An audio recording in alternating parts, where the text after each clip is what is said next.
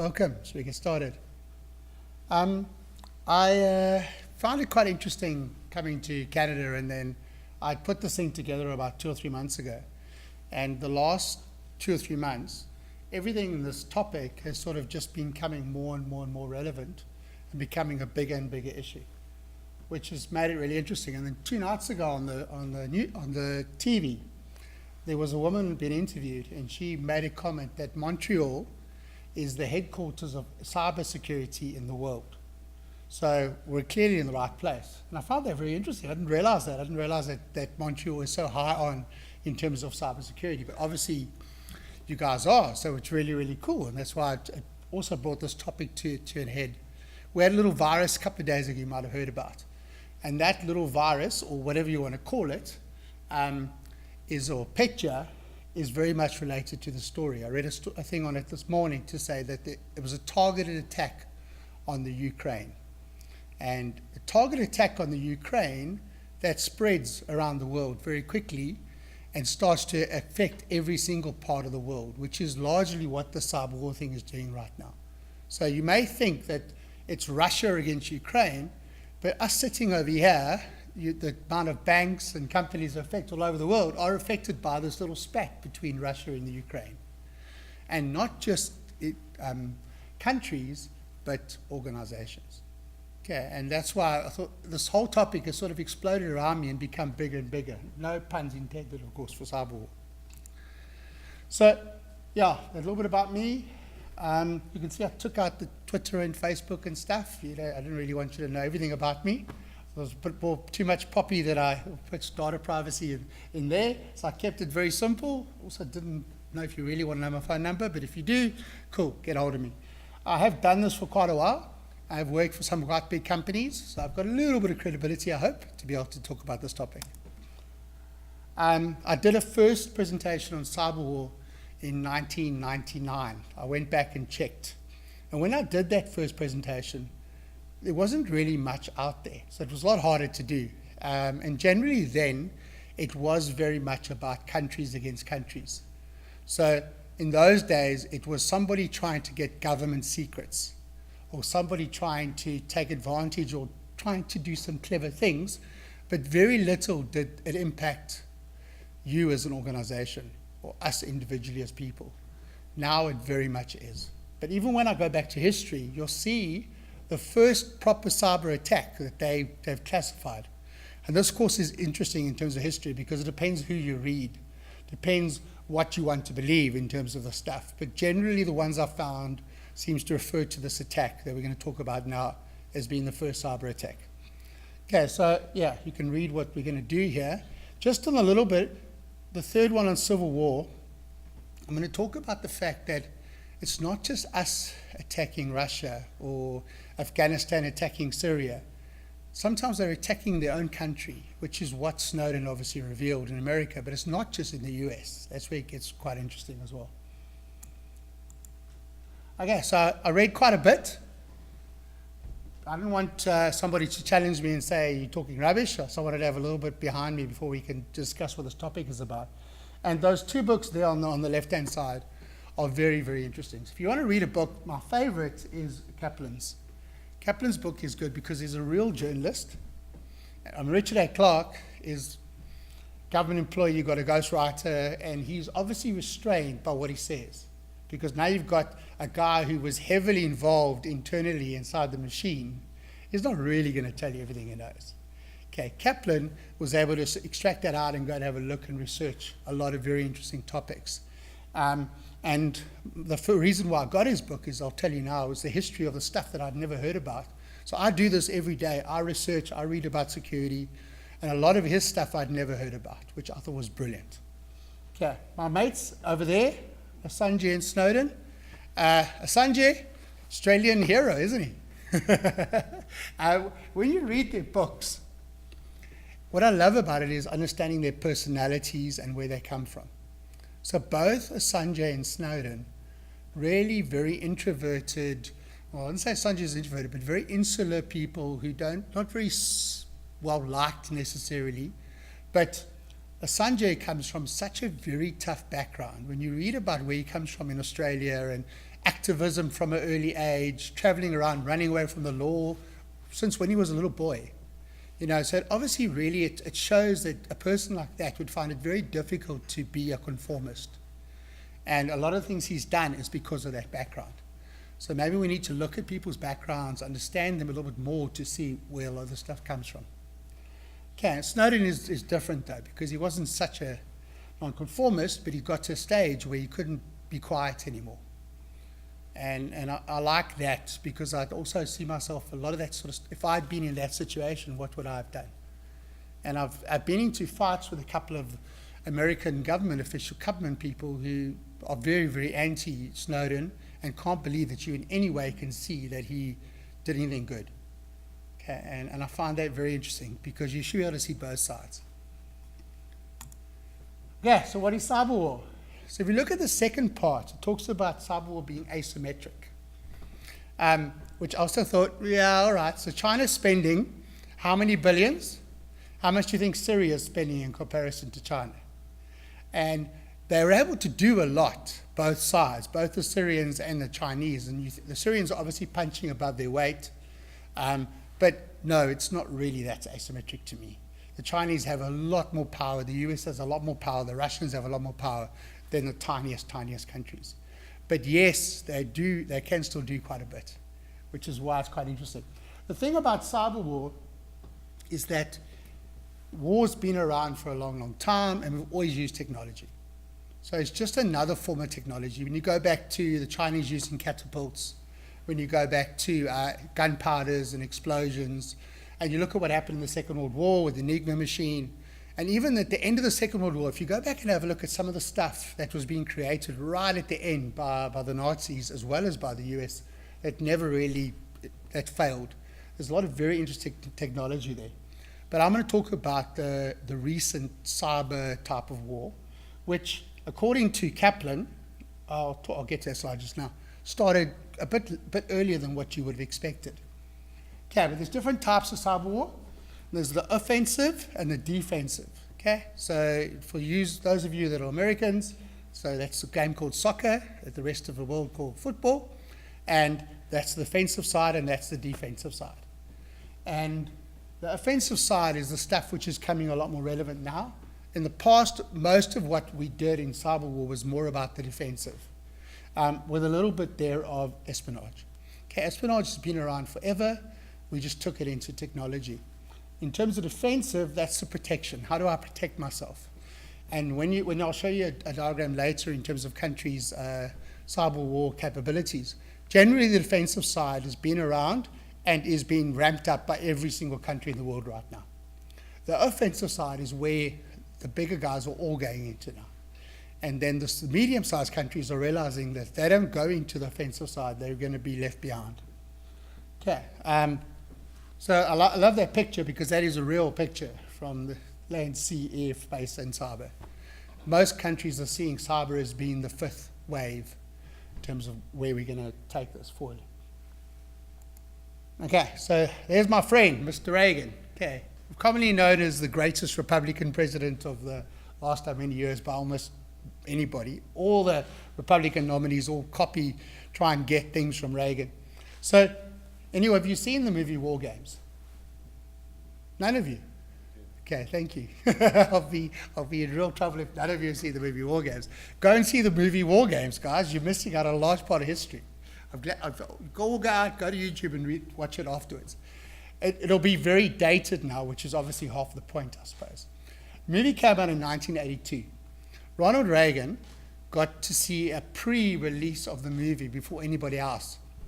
And while he was watching the movie, he got a big fright, because the whole movie is about a teenage boy, somehow by mistake, hacking into the Pentagon and getting access into the nuclear, basically the computer that runs the nuclear bombs, the nuclear rockets. And he is able to, almost starts the Third World War by getting into the Pentagon and getting into the system. So Ronald Reagan got one of his generals and said to him, "Is this possible?" And the general's response was, "I don't know," which is a very clever response, and also a response which I think maybe people still say to this day. So he went back and he researched whether it was possible or not. And he came back to him and said, it is.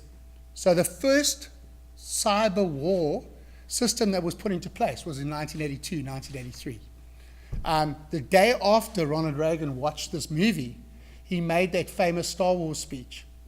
And if you ever watched that Star Wars speech, it was out of nowhere. It was, we're going to build a system which is going to shoot down rockets coming from the Russians. I mean, so Ronald Reagan's whole military system was based on that movie. It's crazy, actually, if you think about how much money he went and spent, because people unilaterally said, Star Wars, what's he on about? And it never came to fruition, that system. I mean, they've done it in South Korea to a limited degree, and they've thought about it, but they never did it. But he watched this movie, and he came up. And obviously, Ronald Reagan, being a movie star, was heavily influenced by movies. Yeah, so, but what was quite funny is just before Ronald Reagan made that speech was what Kaplans says is the first ever cyber war incident. And what you'll see, back to history repeating itself, is something happened in 1982 that happened again in 2008 by the opposition. So in 1982, the Russians, or the Soviet Union at the time, tried to get hold of computer software from Canada to run their oil pipeline. And they basically tried to steal the software so they could run their own oil pipeline using the software. And think about what software was like in 1982. It was probably just very, very simple. But the Americans, the US, got hold of the information. And this is one that it's in Kaplan's book, and it's all over the internet. But there's no evidence that this ever really happened, because the Soviets would have kept it very quiet. But in 1982, they managed to get the software, but before they got it, the Americans changed something in the software that resulted, apparently, in that when they got the software and they loaded it onto their systems, it did something to the computer system to make the pipeline go quicker, to make the pipeline react in a different way, and apparently the pipeline exploded.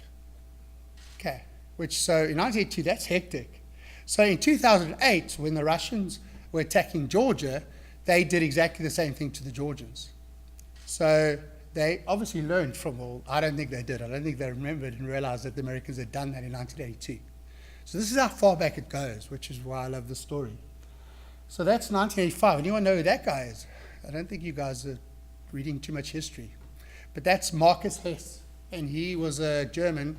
He was recruited by the KGB, and he then stole secrets. He broke into Berkeley, and he broke into U.S. military installations, and he tried to steal. And he made $65,000 in 1985 from stealing secrets. And there's a book called The Cuckoo's Egg, which is about a guy, I think he was a Canadian actually, who went and investigated and found him. There was a university professor from Berkeley. Okay, 1998, so I just put the 80s and 90s together because obviously there weren't that many that relevant to it, was the first Solaris attack. And what you think is quite funny is that the Russians found a way, but at the same time, a whole lot of teenage boys in California, 2 teenage boys in California, found a Solaris issue and got in through the American system and started stealing information about US military secrets in 1998. So a lot of people thought that there'd be a lot more Solaris attacks, so Unix, AIX, whatever it was, based on that one incident. But to date, there's been very, very few after that. So it was almost like, oh, now they found a Solaris issue. Geez, Solaris is going to become a bit of a hot target. But it never really became a hot target. Then in 99, I need to check exactly what story it is. I put too many stories in here, I think. But I think there were a couple of ones aimed, there was a Russians attacking back. They went in and also tried to steal secrets. And I'll tell you a few more stories about the Russians now. Okay, so 2003, the Chinese then started their side. Okay, and that's a thing called Titan Rain, where the Chinese started to go into different systems and steal information, largely attacking the US. 2007 this is the great first one where we can actually see a real cyber war coming out of this whole thing, where the Russians got upset because the Estonians moved one statue. Okay, and this is the one where they basically shut Estonia down. So the Estonians, and this is where a lot of the fake news stuff started coming around, because all they did was go, we no longer want the statue in the center of Tallinn, we want to move it further out to a park. And a whole lot of fake news started coming out that they weren't just moving the statue, that they were also destroying other Soviet history, and they were doing all these things, and the statue was going to be destroyed. And Russians got very, very cross, and they took down banks. ATMs didn't work, the government's websites were taken down, and basically they turned electricity off. So Estonia was cut off from the world for a couple of days, and this was a combination of civilians and military from Russia attacking the Estonians. Okay, pretty interesting. 2008, similar things happened in Georgia and Russia. So you'll see a similarity here. We're going big time into the east, attacking the west. And looking at the history, there's not that many stories of the US doing attacks, which I find quite interesting, or anyone in the West really doing attacks. It's mostly from the east to the west. So either the West have a lot better at hiding this stuff than the East, or they're not doing as many attacks. So yeah, they brought down power. Before they attacked Georgia, they were doing a lot of very aggressive things to bring down infrastructure in Georgia. And in 2009, the Chinese started attacking Canada. And there's a lot of stories there of Canadian information that was stolen directly by the Chinese in 2009 for the first time. And so the newspaper article that I picked up on Monday, flying in here, spoke about a cyber treaty between China and Canada, but it didn't say that Canada would not attack Chinese government and the Chinese government would not attack the Canadian government. It said they wouldn't attack each other's companies, which is interesting for my topic, which I thought was brilliant. Okay, so they're not saying they're not going to attack each other as countries, but they're going to leave us organizations and us people alone, which is very, very interesting. Okay, and then the later stuff. Okay, so Chinese and Google. So Google didn't want to play along to Chinese rules. China starts hacking into Google, starts getting information from Google, but there wasn't just Google. There was a lot of American companies at the same time. Google reacted very much, well, we're no longer going to play to your rules. We're going to open up the internet for Chinese people for a while. But they did back down, of course. Okay. The scale of it was huge. Chinese had been into, there's that story also about Nortel. So the Chinese have been hiding in Nortel's network for years, getting information. They could have done anything. Which we'll come back to a point I want to talk about later. And then you'll see the whole line there between Stuxnet, Duku, Flame, and Gauss. So Stuxnet and Flame, all those things built into Shamoon, which is what happened to Aramco in 2012. So in 2010, whoever it was who invented Stuxnet is still one that everyone seems to have their own opinion on it, whether it was just independent people or whether it was the Israelis, whether it was the US, whether it was a combination of people. But Stuxnet was the first one after those pipelines, because if you look at that pipeline story in 82, it was one of the first that you could only see where they used destructive attacks, because when they went from the internet to the physical world and started destroying things. Stuxnet was one, obviously, where they wanted to take down the Iranian nuclear power. They wanted to start causing damage, and they got very, very close. 2012, somebody attacks Aramco, it affects Rasgas, it affects many other companies. But see the link between those things that Stuxnet invented, because there was a lot of similarity between what happened in Aramco. But basically they brought down the biggest, or one of the biggest oil companies, monoliths in the world, and it lasted a very, very long time. I went to Qatar to do work in Rasgas's partner company, largely because of the fallout from that. What I found very interesting about Rasgas and Aramco in the 2012 attack was that they couldn't really lose customers, those companies, because they are like the focal point for oil and gas. So it was all about reputation management for them. The King of Saudi Arabia told his management team that this was never to happen again, because he was personally embarrassed. Okay, which think about the implications of that. So you don't want to upset the King of Saudi Arabia. So all the money and effort that they've put in since then, they made their team something like 5 times bigger. They went out to the US and got themselves a CISO to improve and change the whole security way, the posture, the way they were doing things. Okay, so in 2004, back to a little bit there, the North Koreans started their cyber war unit. They had 500 people already in 2004, apparently, according to Kaplan. Now their team is much more than 500 people.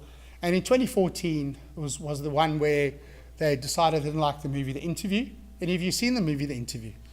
It's horrible. I tried watching it for 10 minutes. I'm glad North Korea shut it down.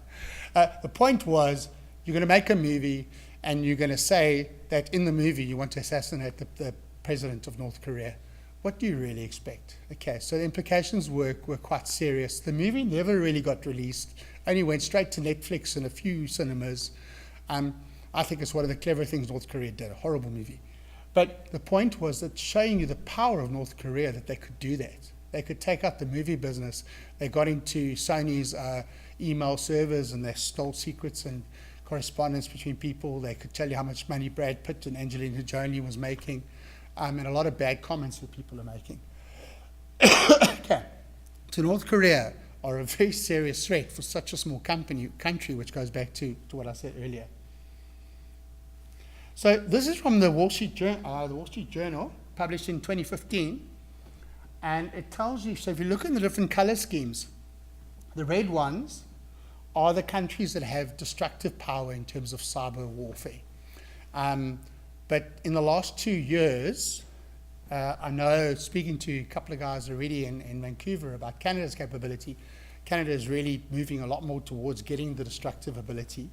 A lot of those countries in there are sort of in between the middle at the moment. So they may have software that they've bought, or they may be using other parties to actually go and use more destructive powers right now. Okay, and if you look in Africa, you'll see it's mostly about surveillance and that sort of power. Australia, pretty much if you look at the world, it's very close to being, it's 129 countries have this capability now apparently, which is quite interesting. I would have thought it was much smaller than that, and that's why I did this study to see exactly where it was. So I wouldn't hesitate to say that it's more than 129 now because it's 2 years later. Africa's lagging, but everybody else is seriously involved in this process. Okay, so I do like that. Okay, so this Back to the War Games, which is a movie about when they had nuclear war, it was almost like who was going to push the button first. And people who were a little bit older, anyone over the age of probably the mid-30s, remember those days when it was all about Russia and America, US and Russia, or US and Soviet Union, and they both had nuclear power. And what would happen if one pushed the button, would the other one push the button? And it was a matter of, and that's why they both built these powers, to try and stop each other from doing it. And a lot of this now is about us being in the opposition's networks. So if the Chinese are in the US's networks and the US in the Chinese network and the Russians are everywhere, of course, then what happens? If there is going to be some sort of warfare, then who pushes the button first, who brings the guys down first? It'll be very interesting, and I like the way it's written that. So we're using the same strategies, but it might also stop us from having a full-on cyber war or even a full-on war. Because if you know that the Chinese are in our networks, we're terrified to go and attack them because they might just bring the whole country down. It's quite interesting theories it's got here. And that ties back now to the theory of civil war. So Snowden told us that two of the biggest programs that were being run were both called after battles, okay? And the first one was Bull Run, okay? Bull Run was in 1861. I didn't know that much about American history, but I've heard of Bull Run, and I went and read a bit about it. So it was very much a North versus South American battle in the Civil War. So why would the NSA call something Bull Run if they weren't spying on their own people? They're basically declaring civil war, which is heck of interesting. But at the same time, the Brits then called their campaign, I think it was called Edge Hill. And Edge Hill was a battle between King Charles and the Parliament forces in 1600s.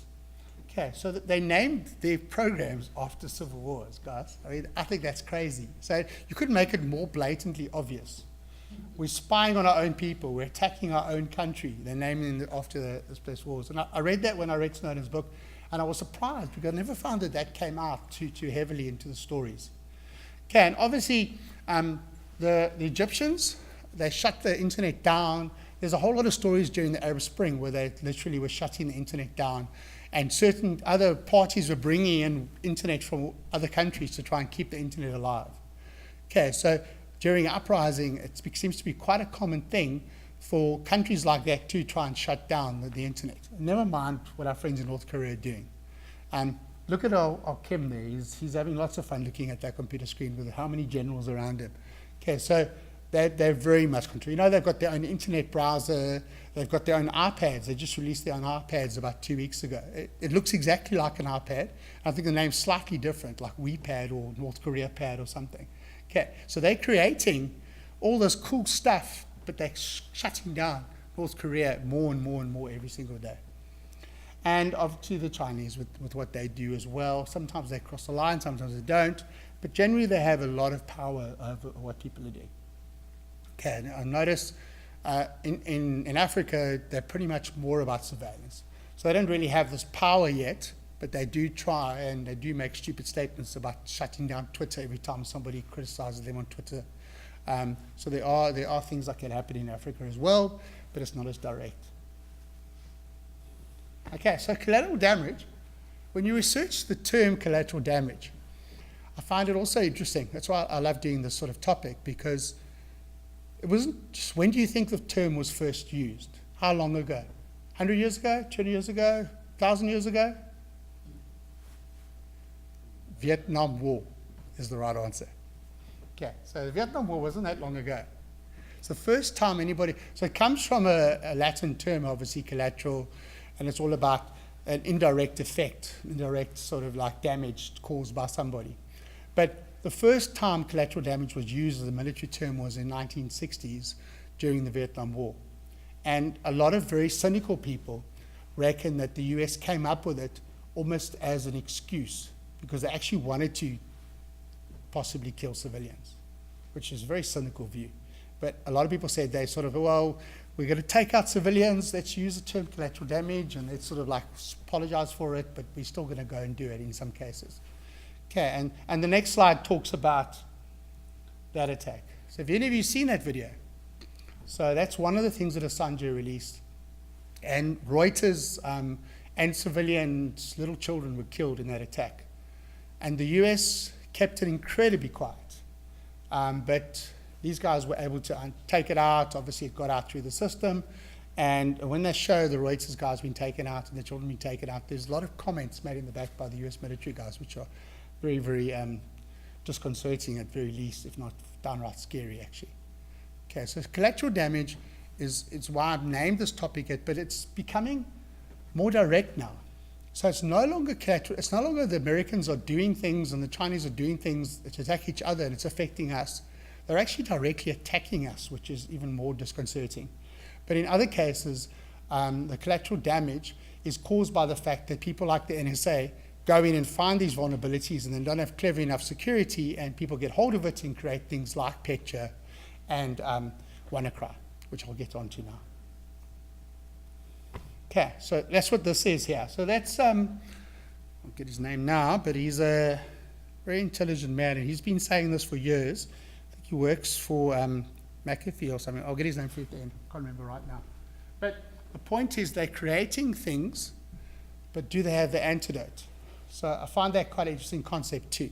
So I'm creating a tool, a mechanism, I'm attacking you, but we don't know what happens if they take it and they use it back on us. And Stuxnet is a good example. So many rootkits were invented and things were invented after these things that they did. And of course, what's happening right now with all these things related to Emerald Blue. Okay, so indirect effects. Qatar is close to me. I worked there for a while now. And I found it interesting. So what happened there is the Saudis have shut them down, literally. And if you've seen the things that they've asked, they've forced, not asked them, they've demanded that they do. They have 13 requests, and one is close down Al Jazeera TV station. Other one is pay back unspecified reparations. And then there's a whole lot of other things that they demand that the Qataris do. Cut off all support to the Muslim Brotherhood being the most obvious one. But they reacted to, apparently, a fake news story spread by the Chinese or the Russians. We're not too sure which one. Everyone's blaming the Russians for everything right now. But fake news story spread by them talking about what Qatar had done in terms of the Muslim Brothers. But the Qataris say it's fake news, of course. Okay, so there's a side to it. Fake news causes a massive impact on a country. And that country now, it's impossible that they can do those 13 things. It's one of those, I'm a big country and I'm forcing you to say, and what are they going to do? They're going to have to find a compromise, or they're going to be cut off for a very, very long time. And Putin, of course, you guys know those stories well. Did they hack the US elections? Didn't they hack the US elections? I don't think it's whether they hacked it, it's what the effect actually was, how big it was. Whether it was that they actually were able to change it, or whether it was a minor insignificant change. But then the third one was that right before the French election, you saw the story about Macron where they hacked in and they stole his emails. But it seemed to make almost no difference. Whether it made any difference or not is marginal. Whether it actually people supported him more because they were unhappy with these idiots hacking into their webs, hacking his emails, were quite interesting. So it was almost a positive effect on a hack, which is, well, I found a quite interesting one as well. Okay, and then WannaCry. So WannaCry and Petro were all because NSA went and found vulnerabilities, didn't tell anybody else, kept them for themselves, but then stupidly didn't secure the system well enough and got hacked themselves. And that information got out, and you could tick, you go tick, tick, tick, wait. Oh, there we go. And then WannaCry came out. Okay, and we all knew it was coming, but how many people hadn't patched, hadn't taken into account, and the newest one coming up now seems to be having a far less effect because people have got such a fright from WannaCry. Okay, so that's going to happen again and again and again. People are going to create things, and then they're not going to protect it. It's going to be released. All certain things, they're going to devise tools, or they're going to devise attacking weapons that are going to be released, and it's going to cause havoc. So we need to understand how it affects us. Okay, so for us as a company, a large one is outsourcing. Can we outsource to Hawaii? Can we outsource to a German company or a US company? I mean, those are most obvious. If we're not sure, because they've been spied on by their own governments. But what I find also when I was thinking about it while I was doing the presentation, if you do have a data breach, and say you're in the US, and the US government are spying on you, and they are taking information from you, and you're having a data breach, so this obviously has happened, is that a data breach? And do you report that to the US government? And do you get fined? Because the US government's spying on you, and do you get fined when you go and report it to the US government? Okay. And I thought, it's an interesting question, eh? You'd cause lots of trouble doing that. So if I was in Australia and the Australian government was spying on me, and then I went to report it as a data breach, what would happen? Would you defer the costs to the Australian government? And South Africa's got a very real case of that right now, where we've just got impending privacy laws. And I'm very sure that if the South African government, which are trying to spy on us, but they're not very good at it, if they were spying on us, and I went back to the regulator and said, you guys are spying on us, could you find yourself quickly now? It would be quite an interesting scenario. Okay, so does it also affect your compliance? So if the US government or the Australian government or South African government spies on me, am I no longer compliant with their regulations or with ISO 27001? Obviously, compliance works a little bit differently depending on what you look at. But how does that affect my compliance in terms of ISO 27001? Now they're inspired on by my own government. Okay, but if we're inspired on by China, obviously I need to take it into account. So taking the risk into account, doing risk assessments on what they're doing to you, understanding what the threats are, and making sure that you're not hiding in the sand. You can't put your head in the sand and saying, well, if China are after me, I'm screwed, I'm not going to do that. You can't do that anymore because they are spying on you. So you need to do more than that. And things like encryption, things like two-factor authentication, things like improved security, network layers, are all clever ways of doing this. Okay, don't rely on the fact that China are not going to come after you, because clearly they're coming after everybody right now. And obviously, what's the last one I want to talk a little bit about? Yeah, we've spoken about data breaches, we've spoken about privacy.